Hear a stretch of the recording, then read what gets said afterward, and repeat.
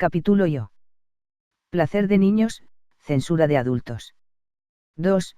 Control natural de esfínteres y el autoritarismo de los adultos.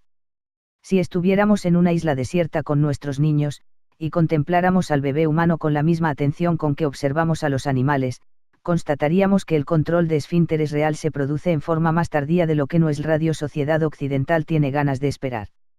Lamentablemente, en lugar de examinar con atención cómo suceden las cosas, elaboramos teorías que luego pretendemos imponer con la esperanza de que funcionen.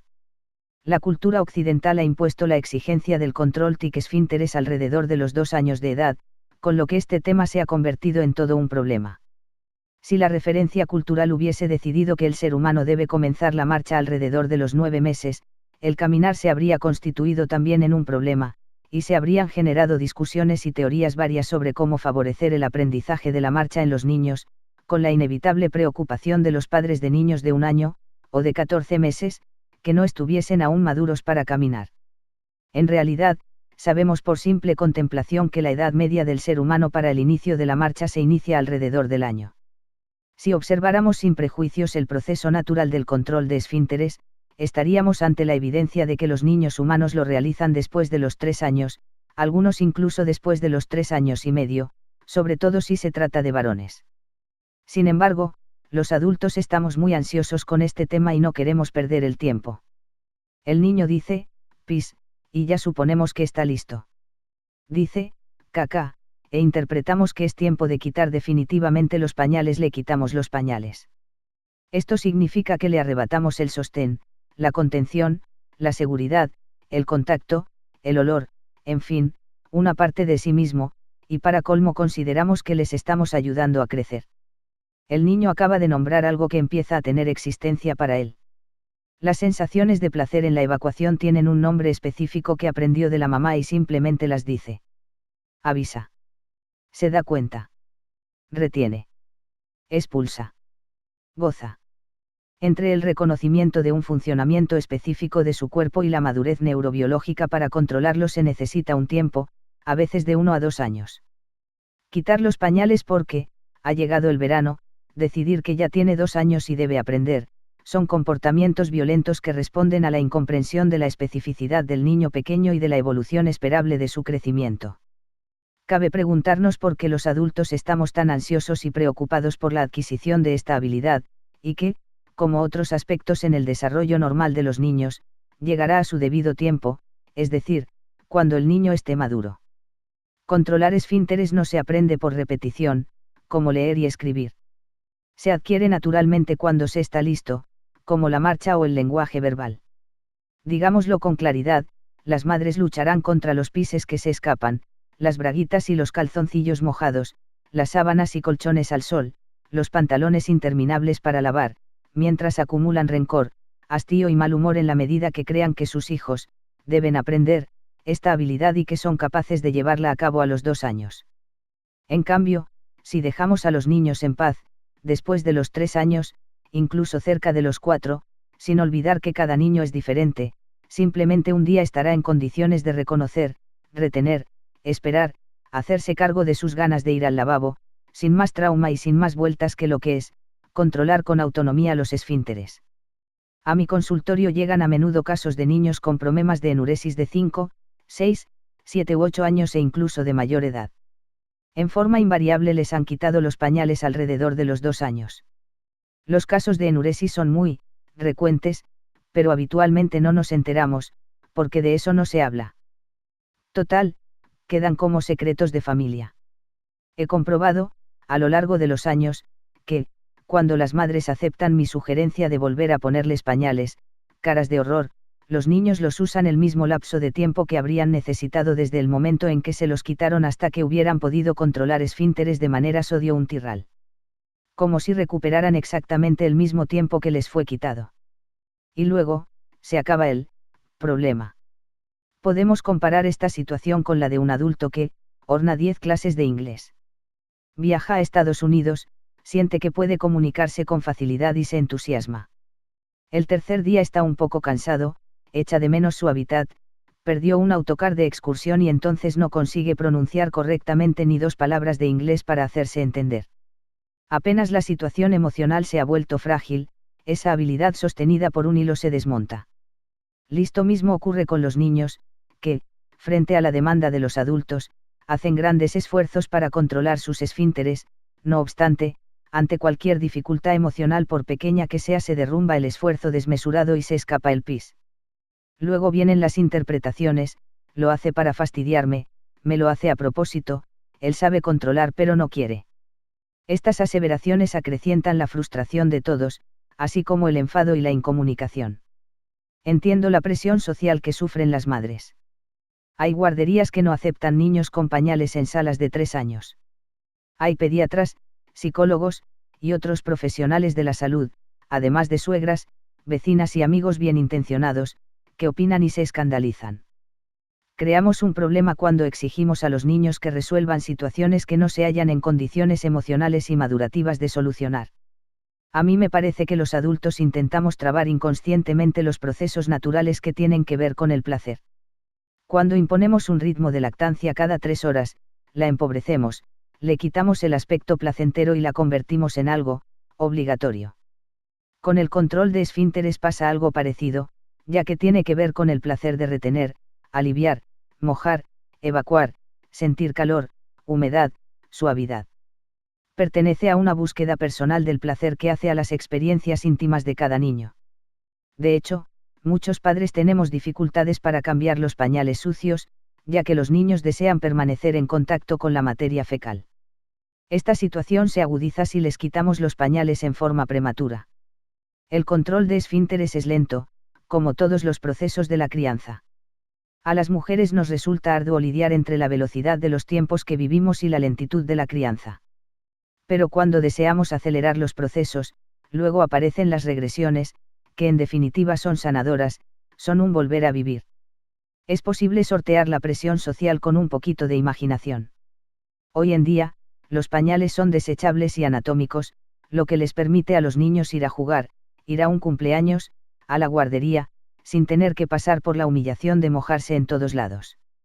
Hay niños que no quieren ir a la guardería a causa de la probabilidad de hacerse pis. Otros se vuelven tímidos, otros especialmente agresivos y mojan cuanta alfombra encuentren a su paso. Con la inauguración del problema del control de esfínteres, se instala la comunicación en idioma, pis. La madre le pide pis, el niño le da pis: ¿has hecho o no has hecho? ¿Quieres hacer o no? Todo el tiempo hablamos de pis y de caca, es el tema de conversación. La madre se enfada o está contenta de acuerdo con el resultado. Por la noche le cuenta al papá las novedades del pis. Nos pasamos alrededor de 2 años, entre los 2 y los 4, hablando de pis. De este modo, el niño comprende que la mamá está dispuesta a intercambiar ideas sobre este tema que le importa mucho. Por lo tanto, cuando el niño tenga algo que decir, lo expresará también en idioma, pis. Hay padres que cuestionan si no es contradictorio volver a poner un pañal una vez que se ha tomado la decisión de quitarlo. En realidad, en la vida probamos y volvemos a probar, y damos marcha atrás si es necesario y saludable. Simplemente, diremos, creí que estabas listo para controlar los esfínteres, pero es obvio que me he equivocado, porque no te das cuenta todavía cuando tienes ganas de hacer pis. Te voy a poner el pañal para que estés cómodo, y cuando seas un poco mayor, estarás en mejores condiciones de lograrlo. Es solo sentido común. A veces se alivian las tensiones y finalmente el control de esfínteres se encausa. De lo contrario, el problema se agudiza, los niños crecen y el control de esfínteres se torna un tema complejo de nunca acabar. Por supuesto que los motivos por los cuales niños de más de 5 años se hacen pis no se deben solo a haber retirado tempranamente los pañales. En general, la causa es una suma de cuestiones emocionales, de funcionamiento familiar, a veces casos de violencia explícita o implícita, abandonos afectivos, etc. Pero los casos más comunes se resuelven permitiendo que usen pañales con tranquilidad durante un lapso de tiempo más o menos prolongado. Además, hacer pis no es lo mismo que desprenderse de la caca. Muchos niños que controlan perfectamente el pis piden el pañal para hacer caca. Es importante que, en lugar de atender nuestras propias opiniones, ofrezcamos lo que están pidiendo, aunque no lo comprendamos. ¿Cuál es el motivo para negárselo? Otra confusión recurrente aparece cuando llega el verano. Creo que partimos de la premisa de que en el verano hay que lavar menos ropa, y esto confirma que la decisión de quitar los pañales pertenece al adulto, sin tener en cuenta las capacidades reales del niño. Llega el verano y abundan los consejos para aprovechar y quitar los pañales. Hay madres que me comentan que el niño cumple 2 años en junio, y si no, aprovecha, este verano se va a atrasar el control de esfínteres hasta el verano siguiente. Todo este lío me resulta demasiado ridículo, sin embargo, es moneda corriente en mi consultorio. Yo espero humildemente que alguna vez nos demos cuenta del grado de violencia que ejercemos contra los niños, envueltos en exigencias que no pueden satisfacer y que se transforman luego en otros síntomas, angustias, terrores nocturnos, llantos desmedidos, enfermedades, falta de interés, que hemos generado los adultos sin darnos cuenta. Acompañar a nuestros hijos es aceptar los procesos reales de maduración y crecimiento. Y si sentimos rechazo por algún aspecto, entonces preguntémonos qué nos pasa a nosotros con nuestros excrementos, nuestros genitales y nuestras zonas bajas que nos producen tanto enojo. Dejémoslos crecer en paz. Alguna vez, cuando sea el momento adecuado, controlarán sus esfínteres, así como una vez pudieron reptar, gatear, caminar, saltar, trepar y ser hábiles con sus manos. No hay nada que modificar, salvo nuestra propia visión. El control de esfínteres nocturno. Control diurno y nocturno no tienen nada que ver. Muchos pediatras y psicólogos opinan que permitirles el pañal por la noche, les confunde. Personalmente constato que el control consciente que un niño puede hacer durante la vigilia se desmorona mientras duerme. Incluso a veces hay una diferencia de 1 o 2 años entre el logro del control diurno y el nocturno. En concreto, no merece la pena quitar los pañales por la noche mientras el pañal aparezca mojado por la mañana. Así de simple. El control nocturno puede ser bastante tardío y eso a los adultos no nos complace. Entonces, nuevamente, revisaremos qué es lo que nos molesta tanto. Hoy en día existen en el mercado pañales similares a braguitas y calzoncillos que los niños pueden ponerse sin ayuda. Esto les da autonomía y a su vez seguridad para dormir en paz. El caso de Brígida. Brígida es una mujer fuerte y hermosa, con un cutis impecable y una sonrisa fresca. Es madre de 10 hijos. En el momento en que hizo la primera consulta conmigo, tenían entre 19 y 2 años. Todos enuréticos. Todos se hacían pis por la noche. Todos.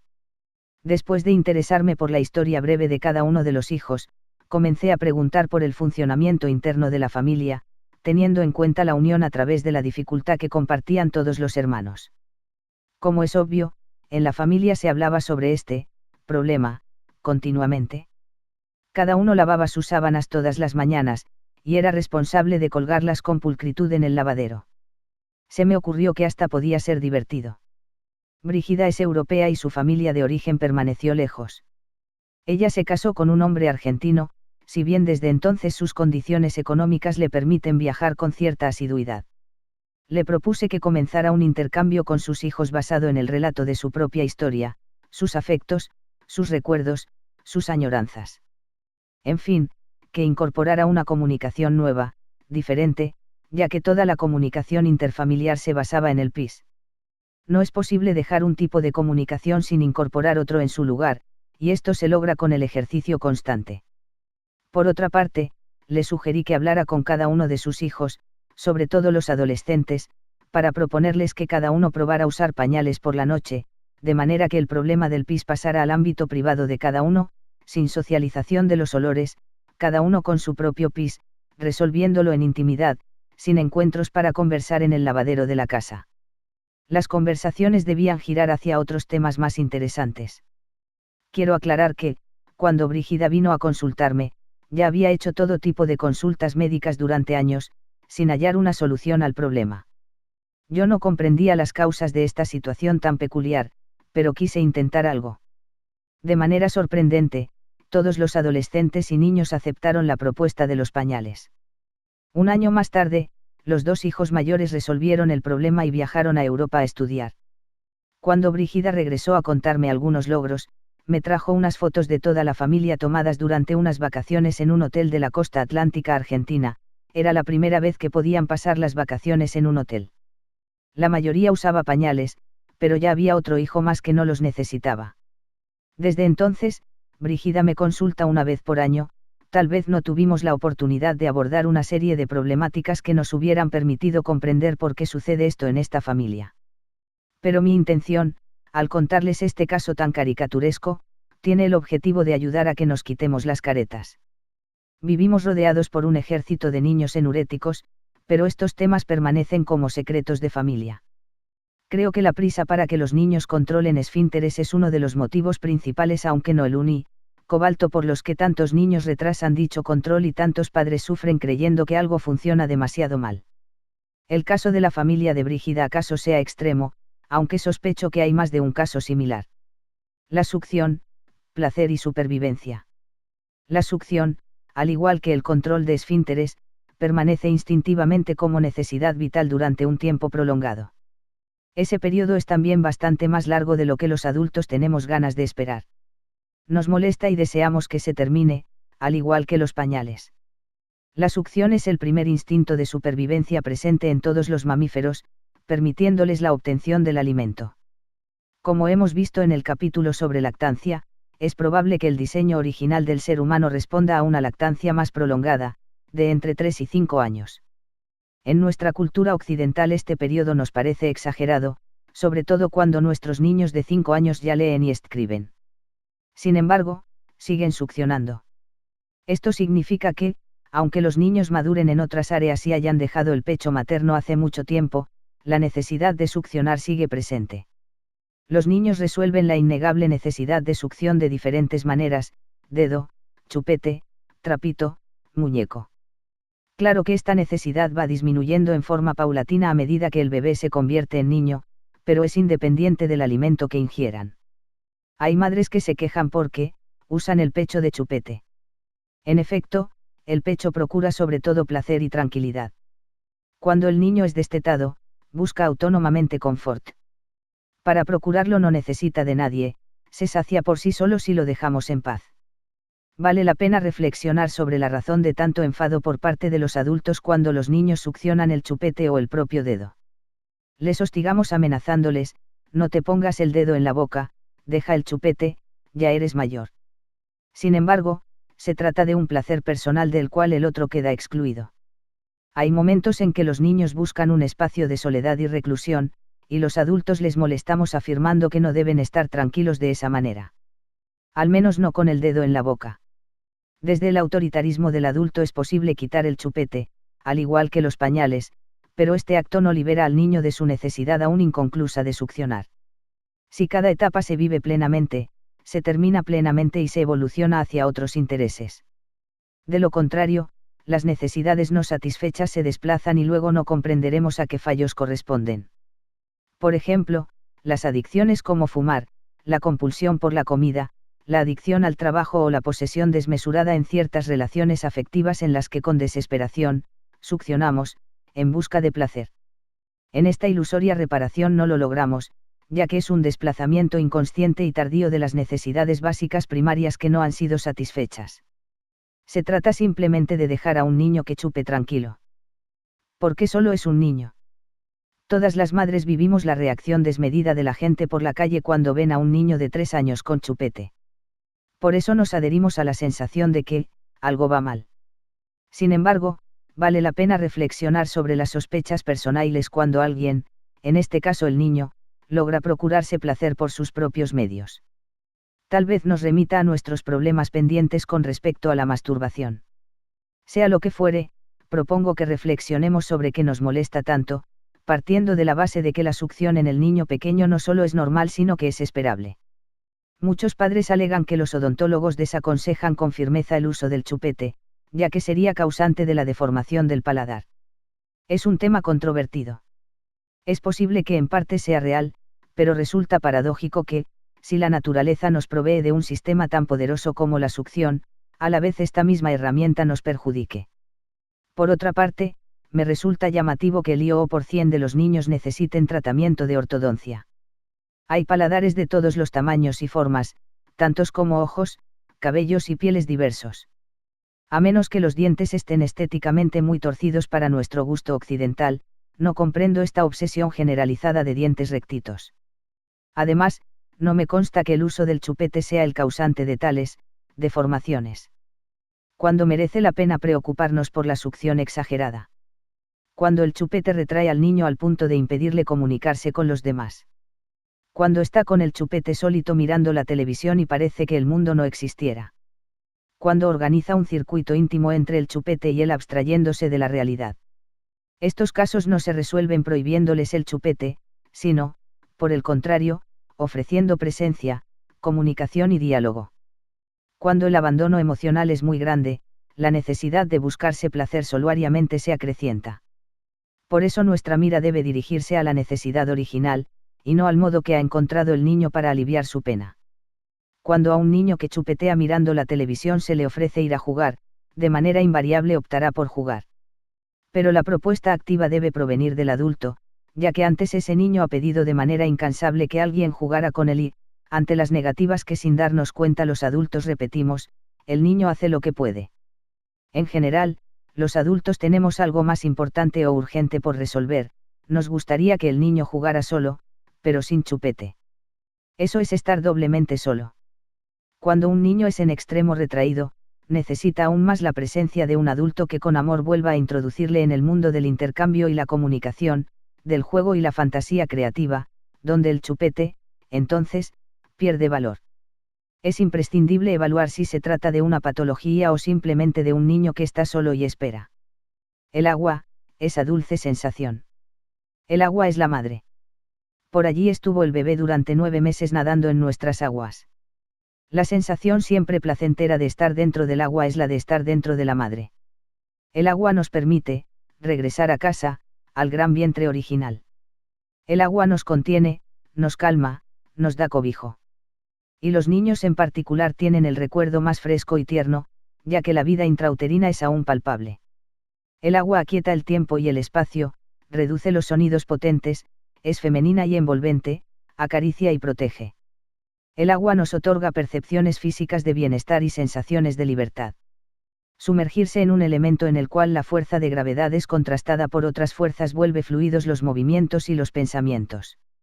En efecto, el mar en sí mismo nos conduce a una manera de pensar, nos amplía la visión del mundo que surge a borbotones como las olas, es fuente de inspiración y nos lleva a oír sonidos y ritmos lejos del bullicio cotidiano transportándonos a estados de paz y encuentro con los espíritus.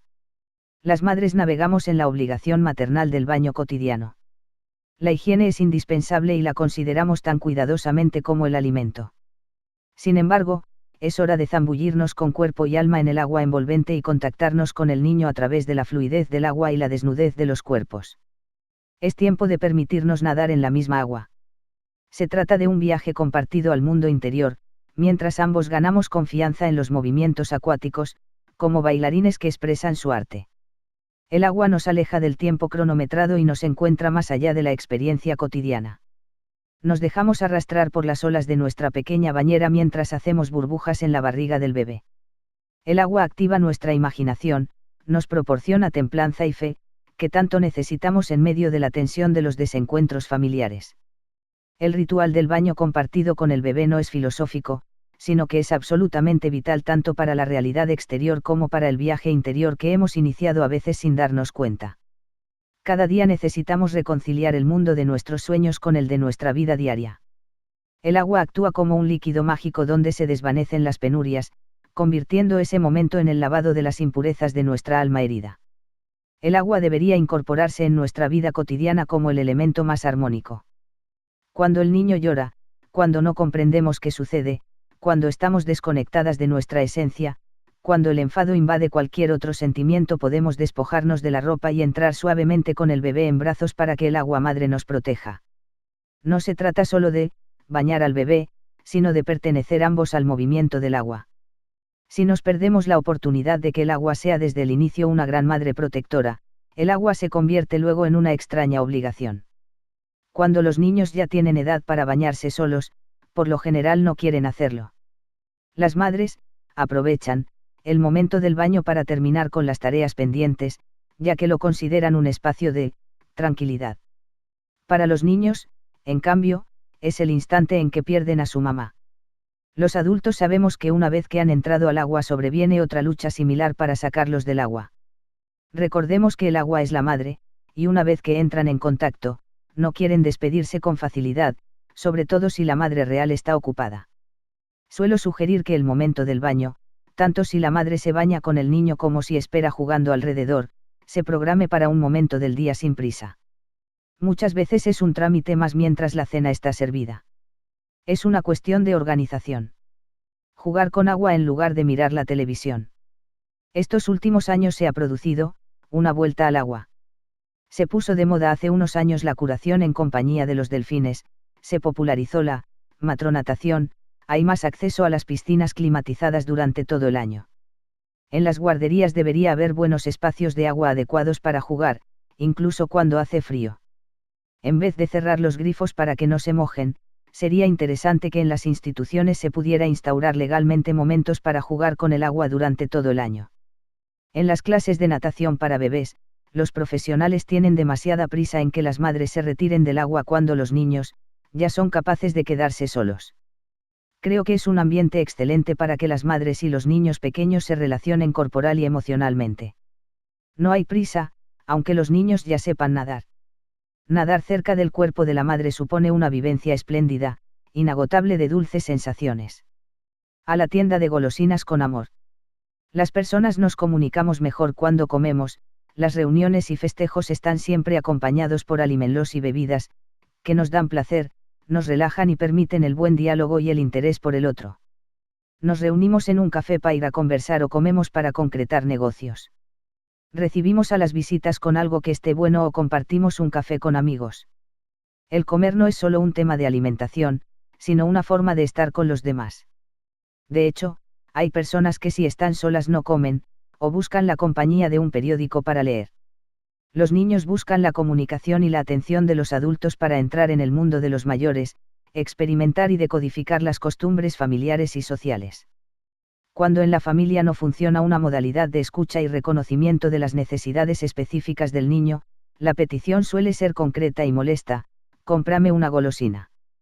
Comprando el caramelo, el adulto logra satisfacer inmediatamente la petición aparente, que vuelve a quedar insatisfecha con la misma velocidad con que el niño lo ha comido. A los 30 segundos reclama otro caramelo, porque lo que en realidad queda sin responder es la necesidad de comunicación profunda. La soledad no es tan amarga con algo dulce en el paladar porque los adultos resolvemos las peticiones comprando golosinas. Porque es mucho más fácil dar un caramelo que detenernos a escuchar y permanecer en contacto real y profundo con el niño. Si pudieran formularlo, los pequeños pensarían en un posible trueque: intercambio paquete de caramelos por 15 minutos de juego. Sugiero que hagamos la prueba de responder con presencia a la demanda de golosinas. Esto requiere paciencia y un poco más de tiempo disponible. Las madres solemos quejarnos de la petición constante de chocolates y bomboncitos de colores, a tal punto que las tiendas de golosinas se convierten en acérrimas enemigas que debemos esquivar a cada vuelta de esquina para que el niño no las detecte. No queremos llenarlos de golosinas, pero no tenemos recursos frente al estallido de gritos y sollozos. La complicación surge cuando negamos la golosina pero tampoco ofrecemos una alternativa válida de comunicación, escucha, tiempo y mirada real para con el niño en cuestión. El problema no pasa por comprar o no el chocolate, sino por convertir el chocolate en elemento sustituto de satisfacción en lugar de la escucha. Si el niño pide, mamá, y obtiene, Magdalena, inauguramos un circuito de incomunicación alarmante. Pero somos los adultos los que podemos decodificar la petición, ya que el niño previamente pidió, mamá, y no fue atendido, luego pidió, chicles, y los obtuvo, con lo cual pedir chicles resulta más exitoso que pedir compañía. El exceso de dulces provoca otra confrontación en el hogar, y es el poco interés que los niños tienen por la comida y por el hecho de sentarse a la mesa. Solemos poner toda la preocupación en lo que no ha comido, en lugar de convertir la comida o la cena en un momento privilegiado de encuentro familiar. Los niños rara vez sienten interés en quedarse sentados a la mesa si no pasa nada interesante. El hábito de compartir una comida lo adquieren en la medida en que los padres se comuniquen bien entre sí, se cuenten cosas, coman con placer, construyan una situación relajada y alegre. Solo entonces habrá momentos en los que el niño se unirá para estar en armonía con el intercambio familiar, y comerá a la par de los demás. Por supuesto, siempre que no esté harto de dulces. Obligar a un niño a que permanezca sentado, o que coma lo que tiene en el plato, es una pérdida de tiempo y un desgaste innecesario de energía, ya que la comida debería estar asociada al placer de compartir, y no al reproche. Para dar de comer a mi hijo, tengo que tener ganas de estar con él. Con respecto al tipo de comida que servimos, deberíamos tener en cuenta la autonomía de los niños pequeños en el acto de comer. La papilla o el puré es el alimento más antiniño que conozco. Ellos no consiguen maniobrar los cubiertos sin ensuciar, y los adultos sufrimos con el suelo regado de zanahorias. Podríamos ser creativos, es verdad que se requiere un poco más de dedicación, y cocinar verduras en forma de croquetas, pastelitos, tartas, bollos y todo lo que puedan coger con las manos y comer con autonomía. Este es también uno de los motivos por los que prefieren los dulces, las patatas fritas, el fast food y casi todos los alimentos envasados y de la peor calidad, porque sienten que son dueños de comerlos como quieren y además tienen el permiso de comerlos mientras juegan. Es útil que haya alimentos salados y de buena calidad accesibles a los niños para que puedan comerlos en diferentes momentos del día, sin que sea necesariamente la hora estipulada para los demás miembros de la familia. Comer es para los niños parte del juego cotidiano, por lo tanto, no es indispensable que sea a la mesa y en un horario fijo. No estoy proponiendo un descontrol total, sino que los hábitos se vayan adquiriendo por imitación e identificación. Si los adultos disfrutamos del encuentro en la mesa, si conversamos y nos interesa estar con los otros, los niños se van integrando al ritmo familiar sin que nos demos cuenta. Las madres que están solas todo el día con un solo niño pueden ocuparse de comer ellas mismas algo que esté bueno de la forma que les cause placer, y permitir la compañía del hijo, que se adapta a comer lo que a ella le gusta, en vez de perseguir al niño con la cucharita y sentirse defraudada por la poca cantidad que logró darle. La conexión personal nos ayuda a elegir con mayor conciencia el tipo de alimentos que ofrecemos. Sin un mínimo de autonomía personal terminamos escogiendo lo que presentan las góndolas de los supermercados, productos lácteos como los yogures, flanes y postres que son golosinas llenas de azúcar bajo el manto de productos supuestamente nutritivos. Suelen estar asociados a personajes de la televisión con colores atractivos. Son productos, fáciles, que los niños comen, sin la mirada, de los mayores. Porque para ingerir azúcar los niños no nos necesitan. El azúcar es un excelente reemplazante de la escucha. Si tenemos la intención de disminuir la cantidad de azúcar que consumen, la mejor alternativa consiste en entrar en relación con los niños, interesarnos por sus vivencias y descubrimientos, arriesgarnos a entrar en el mundo infantil y dedicarles tiempo. Servir de manera atractiva un alimento salado, a base de cereales, verduras o legumbres requiere un mínimo de permanencia y mirada para con el niño. En definitiva, es una actitud mucho más comprometida con la relación. Y les aseguro que funciona. Observemos a nuestro alrededor y veamos cuántos niños consumidores de grandes cantidades de lácteos y azúcar sufren enfermedades crónicas, sobre todo relacionadas con el aparato respiratorio, resfriados, anginas, otitis a repetición, espasmos respiratorios, neumonías, incluso en verano, alergias, etc. También suelen ser niños más nerviosos y llorones. Es una pena que no relacionemos las enfermedades físicas y el comportamiento de los niños con lo que comen. Tenemos la posibilidad de mejorar nuestra calidad de vida solo permaneciendo un poco más con los niños y alimentándoles más a conciencia. Cuando los niños tienen necesidades que los adultos no comprendemos, suelen aprovechar nuestro interés por la comida para hablarnos desde ese lugar sobre lo que les pasa. Ellos no pueden verbalizar una explicación exacta, lo que sí pueden es rechazar el alimento, llorar en la mesa, tirar los platos, o molestar cuando los adultos queremos cenar tranquilos. Es tarea de los adultos decodificar el mensaje. Hagamos la prueba de elevar el pensamiento, agudizar la percepción y la escucha, y convertir el alimento material en generador de comunicación y comprensión familiar. NINOS, alimentación y naturaleza. Convertirse en madre es un salto brusco hacia el camino de la propia feminidad. Casi sin darnos cuenta nos alineamos con la fiera, con las ofrendas y con las cosechas. Aunque muchísimas mujeres urbanas ya ni reconocemos las estaciones del año, no olemos el polen de las flores ni tenemos posibilidad de tocar el rocío, la naturaleza viviente de nuestros hijos nos recuerda que somos la tierra, somos el alimento y somos los ciclos vitales. Por eso vivenciamos la posibilidad de ofrecer el alimento como una tarea femenina por excelencia, no solo el alimento material sino también el alimento espiritual. Así funcionamos las mujeres. Claro que para preparar y ofrecer el alimento necesitamos disponibilidad, es decir, ser capaces de detenernos algunos instantes y mirar, olfatear, elegir, prestar atención, sentir y saborear. Es preciso hacer uso de todos nuestros sentidos, influidos los más sutiles para recuperar fuerzas, tiempo, imaginación y amor al servicio de los demás. En estas épocas de fast food y de distancia con nuestro ser crucial, el tiempo se va convirtiendo en un bien escaso, y ya no disponemos de él para ocuparnos de las necesidades básicas ni de los placeres del cuerpo y del alma. Desatendemos la calidad de nuestras relaciones, nuestros afectos y nuestros sueños, tanto como la calidad de lo que comemos. En estas condiciones anímicas preparamos la comida, sin mucho interés y con ganas de terminar el trámite.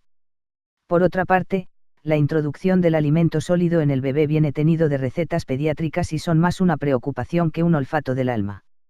No cabe duda de que la leche materna es riquísima para el bebé humano, dulce como la miel e impregnada de todo el abanico de sabores que la madre ingiere en su alimentación cotidiana. Cuando llega la edad de incluir alimentos sólidos, independientemente de que cada cultura considere sanos diferentes alimentos, hay una tendencia alarmante a ofrecer a los niños productos muy alejados de la naturaleza. La primera reflexión apunta a la hipervaloración que sin grandes méritos ha logrado la leche de vaca. Adecuada para los terneros pero alejadísima de las necesidades del bebé humano, la leche, así, con mayúsculas, porque es la reina de la nevera, ha conseguido un lugar prioritario en la cultura occidental a pesar de que ninguna otra especie de mamíferos la incluye en la dieta adulta después del periodo de lactancia. Solo los humanos la consideramos indispensable para el desarrollo de los niños y excelente para los adultos. Si observáramos sin prejuicios, reconoceríamos que muchos niños tienen un rechazo natural hacia la leche de vaca, pero terminan cediendo ante la insistencia de los padres. Casi todas las dietas naturistas coinciden en la toxicidad de la leche de vaca y sus derivados. Vale la pena relacionar la cantidad de leche y lácteos que ingieren los niños con la frecuencia con que se enferman, en especial de problemas respiratorios, resfriados, anginas, otitis a repetición, broncoespasmos, y dificultades derivadas del exceso de mucosidad son consecuencia directa de la ingesta de leche de otras especies. Es controvertido pensar en no dar leche a los niños pequeños, ya que en nuestra cultura parece inadmisible. Las góndolas de los supermercados están repletas de productos lácteos con azúcar, que los niños pueden comer sin demasiada atención de los padres. Y esa es la trampa, reemplazar la conexión profunda con la dulzura superficial. Recordemos que, una generación atrás, los que ahora somos mayores no sufríamos otitis interminables ni vivíamos loda la infancia con mocos. En ese entonces, el yogur era agrio y la leche tenía nata. Nadie se desvivía por tomarla. En cambio, hoy en día hay niños que se alimentan casi exclusivamente de productos lácteos bajo la forma de postrecitos, que, además de enfermarles, les permiten prescindir de la presencia de la mamá o de otro adulto para alimentarse. Con prisas y exigidas por la vida moderna, las mujeres nos quedamos desconectadas de nuestro saber filogenético, no se nos ocurre, con qué reemplazar la leche. No sabemos qué ofrecerles en la merienda ni con qué llenar el biberón. Tal vez pueda resultarnos útil pensar en aumentar la cantidad de alimentos salados y reducir los dulces. Si los niños a las 5 de la tarde tienen hambre, es la ocasión ideal para servir la supuesta cena, por ejemplo una tarta de verduras. Y a la hora de la verdadera cena, pueden conformarse con una fruta. En cambio, si los llenamos de galletas y leche, más tarde no tendrán deseos de ingerir alimentos nutritivos de verdad. Cuando las madres regresamos una y otra vez a nuestra tierra, es decir, a nuestro instinto y deseo ardiente, preparamos alimentos sencillos, y muy poco manufacturados, cereales como el arroz, el maíz, el trigo, la avena, la cebada, legumbres, judías, guisantes, garbanzos, y verduras y frutas, que, así como florecen en la naturaleza, así llegan a nuestra mesa. Todo muy barato, con colores suaves, sabores simples, y fácil elaboración. Conectadas con nuestras capacidades nutricias naturales, estamos cíclicamente en relación con la comida y la bebida. Cocinar y dar de comer es como dar calor y cobijo, con esa energía subterránea que se libera cuando alimentamos al otro.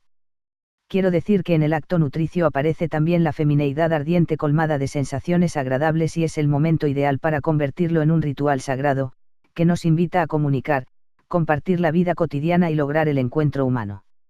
La desconexión de nuestros aspectos más ligados a la naturaleza nos conduce a elegir para los niños los alimentos de peor calidad, salchichas, patitas, de pollo fabricadas con desechos de ave, palitos y productos de copetín con sabor artificial y en forma de pollo, o pescado, congelados, rebozados y repletos de condimentos, azúcar en todas sus formas, sobre todo en galletitas con colorantes, postres con conservantes y azúcar. Y gaseosas, bebidas con sabor artificial parecidas a los medicamentos pero heladas y con burbujas. Lo más llamativo es que las personas mayores solemos ser más gourmets con nuestro paladar, pero a los niños les ofrecemos lo peor del mercado gastronómico. Las cadenas de restaurantes de hamburguesas poseen los mejores juegos para niños, limpios, modernos y seguros, a donde solemos llevar de paseo a nuestros hijos, confirmando la prioridad que otorgamos a la comida de plástico. ¿Qué se supone que tendríamos que hacer, entonces? Nada en particular. Tan solo detenernos un instante, inspirar profundo y deleitarnos con el sabor de algún recuerdo infantil. Sentarnos de vez en cuando a la mesa sin prisa y sin condiciones. Tener a los más pequeños, aupa, mientras todos comemos. Preparar una vez algo sabroso y sencillo. Los orientales sabios dicen que, en un vaso de agua sucia, una gota de tinta china no modifica nada, en cambio, en un vaso de agua clara, una gota de tinta china la ensucia. Así percibo a los niños, como agua clara, saludables y conectados con la naturaleza. Tal vez por eso rechazan con facilidad los alimentos desnaturalizados, suelen vomitar con gran facilidad y se reencuentran con el equilibrio personal. Los adultos, en cambio, somos capaces de ingerir cualquier cosa y con soberbia declaramos poseer un estómago de hierro. En realidad, nuestra agua está tan contaminada que ya no se nota la diferencia. Los niños nos llaman una y otra vez para volver a casa y reconocer nuestra ecología personal, que ellos comprenden ilusionados con la naturaleza y la salud. Más allá de la ideología alimentaria de cada familia, podemos comer naturalmente. Con creatividad, cada mujer sabrá convertir en un manjar de los dioses el más rudimentario pedazo de pan. Exugencias y posibilidades a la hora de comer. Los niños se entrenan para responder a las exigencias de los adultos desde que nacen. Apenas salidos de la barriga pretendemos que, no se malacostumbren, y que no reclamen ni teta, ni brazos ni compañía más de lo conveniente. Aprenden desde el primer día a frustrarse, a que la vida es dura y que se parece más a la guerra que a la tibieza y el perfume del amor. Cuando necesitan brazos, encuentran cuna, cuando necesitan contacto, encuentran soledad, cuando necesitan comunicación, encuentran distracción. A los pocos meses, sin lograr aún enderezar la espalda, reciben en cucharas una papilla desconocida, los colores son llamativos y las manitas se desesperan por tocar y jugar con el movimiento y con la presencia de la madre, aunque el mecanismo para accionar la lengua y disolver en el paladar esa comida sea inmaduro. Cuando son capaces de permanecer sentados en una sillita con ositos de colores, comprenden que el tiempo es infinitamente largo y que los adultos persiguen un objetivo claro, deben terminar el plato. Así es como cada comida equivale a una pequeña guerra, un momento de tensión y de hartazgo entre niños y personas mayores. A medida que van creciendo, la comida se convierte en un suplicio. Pasa a ser la pantalla que tiñe con preocupación todos los logros o aspectos que los niños pueden desarrollar. Y todas las frustraciones o temores personales los desplazamos hacia las expectativas que construimos con respecto a nuestro ideal de hijos sin mirarles de verdad. Es en ese ámbito, a la hora de comer, donde aparece la exigencia como actitud preponderante, lo que deberían lograr, lo que deben ingerir, lo que es indispensable y lo que no se discute. La exigencia tiene que ver con alcanzar una meta que debe ser cumplida de acuerdo a ciertas expectativas valiosas para la persona que exige, en este caso el adulto, y que los niños reconocen como muy importantes de satisfacer para ser queridos y aceptados. Lo interesante es que los adultos que exigen que el niño coma ni siquiera revisan las normas autoimpuestas, ni tampoco evalúan el efecto que produce esta exigencia en el niño.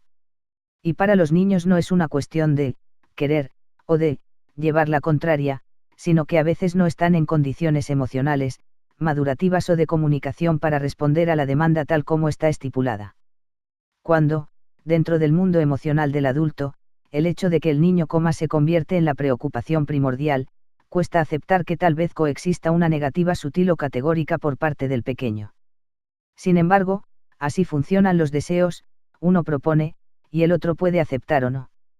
En cambio, en la exigencia no hay lugar para el deseo del otro. Es interesante notar que los niños más exigidos y más presionados van perdiendo la capacidad de saber qué quieren. Tan acostumbrados a responder al deseo del otro, se pierden de la propia búsqueda. No reconocen ni el hambre, ni la elección de alimentos, ni el placer de saborearlos. Muchos terminan con desórdenes alimentarios tan de moda hoy en día, o bien con un empobrecimiento en su sensibilidad, vitalidad, y búsqueda profunda. Exigir una cierta conducta sin tener en cuenta la atmósfera emocional del niño es devastador y destructivo para todo su ser.